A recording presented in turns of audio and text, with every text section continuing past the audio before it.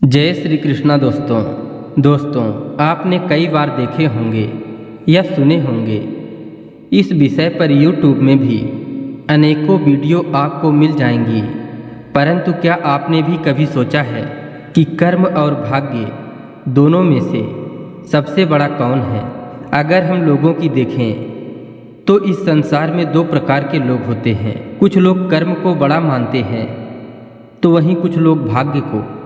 जो भाग्य को मानते हैं वह सोचते हैं सब कुछ पहले से ही निर्धारित है तो फिर कर्म क्यों करना। लेकिन जो कर्म को मानने वाले हैं वह सोचते हैं जो कुछ भी करेंगे अपने मेहनत से करेंगे, क्योंकि सभी कुछ कर्म से प्राप्त होता है। अगर आप किसी सफल व्यक्ति से यह प्रश्न करते हैं कि कर्म और भाग्य में कौन बड़ा है, तो निश्चित ही वह कर्म को बड़ा बताएंगे। वो ऐसा इसलिए भी कहते हैं क्योंकि अगर वह भाग्य को बड़ा बताएंगे तो उनके सफलता के पीछे मेहनत का अनादर होगा। और यह सही भी है, क्योंकि जिस व्यक्ति ने कड़ी मेहनत करके सफलता प्राप्त किया हो वह भाग्य को श्रेय कैसे दे सकता है। इसलिए सफल व्यक्तियों का जवाब होगा केवल कर्म। उनके लिए भाग्य कुछ भी नहीं है।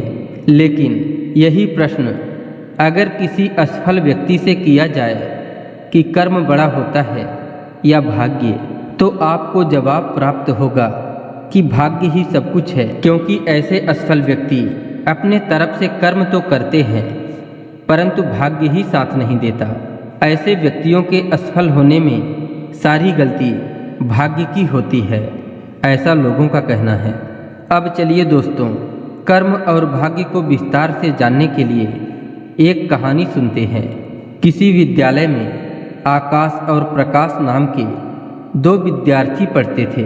आकाश पढ़ने लिखने में बहुत तेज था, परंतु ज़्यादा मेहनत करने के बाद भी वह क्लास में प्रथम स्थान नहीं प्राप्त कर पाता था, परंतु वह अपने कर्म पर विश्वास रखता था। लेकिन प्रकाश इसके विपरीत नकल करके उत्तीर्ण होता था।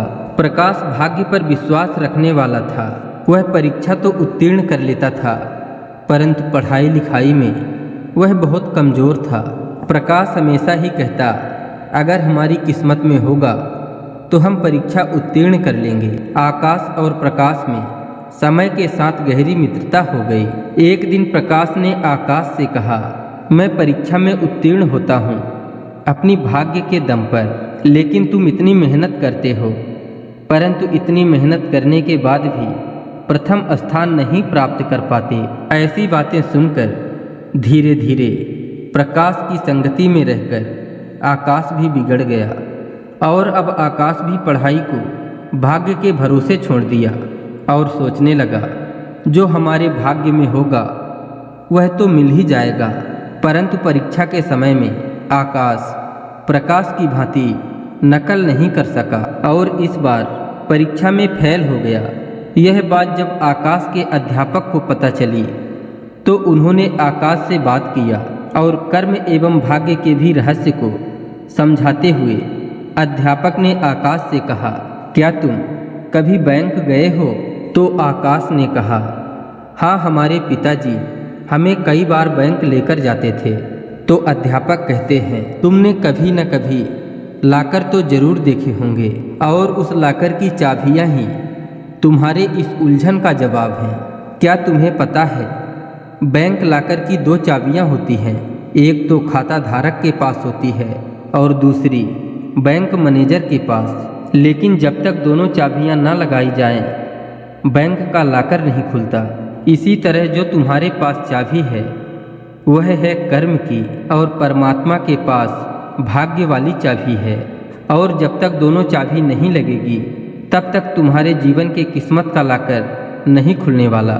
हमारे जीवन में बैंक मैनेजर की भूमिका ईश्वर के हाथों में है। हमारा कर्तव्य है कि हम कर्म रूपी चाबी को अपने भाग्य के लाकर में लगाते रहें, क्योंकि क्या पता ऊपर वाला आपकी किस्मत की चाबी कब लगा दे। ऐसा भी हो सकता है कि ऊपर वाला भाग्य की चाबी लगा रहा हो, लेकिन हम कर्म की चाबी को सही समय पर ना लगा रहे हों। कुछ लोगों का सवाल रहता है कि आखिर परमात्मा क्यों इतनी बड़ी नाइंसाफ़ी कुछ लोगों के साथ करते हैं। कुछ लोगों का भाग्य तो जल्दी ही कम मेहनत में खुल जाता है, परंतु कुछ लोगों का बहुत देर से। तो इसका जवाब होगा, हमारा भाग्य भी हमारे कर्म से ही बनता है। इसमें पिछले जन्मों का कर्म भी सम्मिलित होता है, जिसे हम संचित कर्म भी कहते हैं, लेकिन साधारण तौर पर इसे भाग्य कहा जाता है। कोई व्यक्ति जन्म से ही अमीर घर में पैदा होता है तो वह उसके पिछले जन्म के कर्म के कारण। दोस्तों, सत्य तो यही है कि अगर कर्म किया जाए तो उसका फल अवश्य ही मिलेगा, वह सफलता के रूप में हो या फिर असफलता के रूप में। भाग्य को हम उन कर्मों का फल कह सकते हैं जिनके बारे में शायद हमें कुछ याद नहीं रहता। दोस्तों, आपको कभी निराश नहीं होना चाहिए। सफलता कर्म करने पर ही मिलेगी। अच्छा कर्म करेंगे तो अच्छे भविष्य का निर्माण होगा, क्योंकि कर्म से श्रेष्ठ भाग्य नहीं होता। दोस्तों, आशा करते हैं यह कहानी आपको अच्छी लगी होगी। इसी तरह और भी ज्ञानवर्धक एवं पौराणिक कथा कहानियों को सुनने के लिए कृपया चैनल को सब्सक्राइब कर लीजिए एवं वीडियो में एक लाइक करके कमेंट में लिख दीजिए, जय श्री कृष्णा, राधे राधे।